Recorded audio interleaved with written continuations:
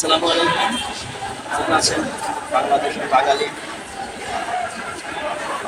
বাংলাদেশের স্বাধীন নাগরিক, স্বাধীন নাগরিকের স্বাধীন দেশে আমরা আসছি সরকারি মেডিকেল হাসপাতাল চিকিৎসার জন্য। আমরা টিকিট করেছিলাম এখান থেকে 4 ঘন্টা আগে থেকে এখন পর্যন্ত।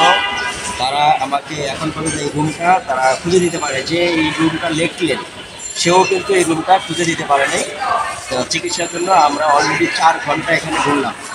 4 ঘন্টা ঘোরার পরও আমরা কিন্তু কোনো চিকিৎসা পেলাম না। বাট এখন রুগী নিয়ে চলে যেতে বাধ্য হচ্ছি। আপনারা দেখতে পাচ্ছেন আমার কাছে টিকিটটা আছে। এই টিকিটটা নিয়ে আমি পুরো 4 ঘন্টা আমরা 3 জন মানুষ এই রুমটাকে খুঁজলাম। এই রুমে গেলে বলে ওই রুম, ওই রুমে গেলে বলে এই রুম, দোতলায় গেলে বলে তিনতলায় গেলে বলে নিচতলায়। আমরা কিন্তু এখন হলো 4 ঘন্টা এইভাবে ঘোরাঘুরি করার পরে লাস্ট এই রুমটা ওনারাই দেখাই দিতে পারে নাই। এখন অলরেডি হাসপাতালের কাজটা বন্ধ। আরেকটা বিষয় হলো ডাক্তাররা বসে বসে তারা গল্প করতেছে, ফেসবুক চালাচ্ছে। রুগী ঘন্টার পর ঘন্টা দাঁড়িয়ে আছে, আমরাও দাঁড়িয়েছিলাম। ভাবছি হয়তো এই রুমটাই হবে।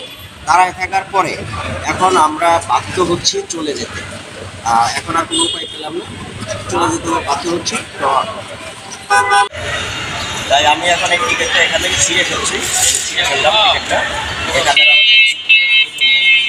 সকলের উদ্দেশ্যে আমি এটাই বলবো, আপনারা অবশ্যই বাংলাদেশ সরকারকে বলবো যে এটার প্রতি আপনারা সুনজর দেবেন, যেন এই হাসপাতালের পরিবেশগুলো অন্তত একটু ভালো হয়।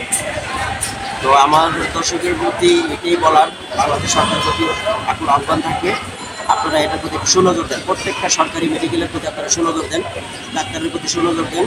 তারা আশা করি অন্তত পক্ষে তাদের ভুলগুলো বুঝতে পারবে। আমার মতো যেন এরকম হয়রানি না হতে হয়। সবাই ভালো থাকবেন। আসসালামু আলাইকুম।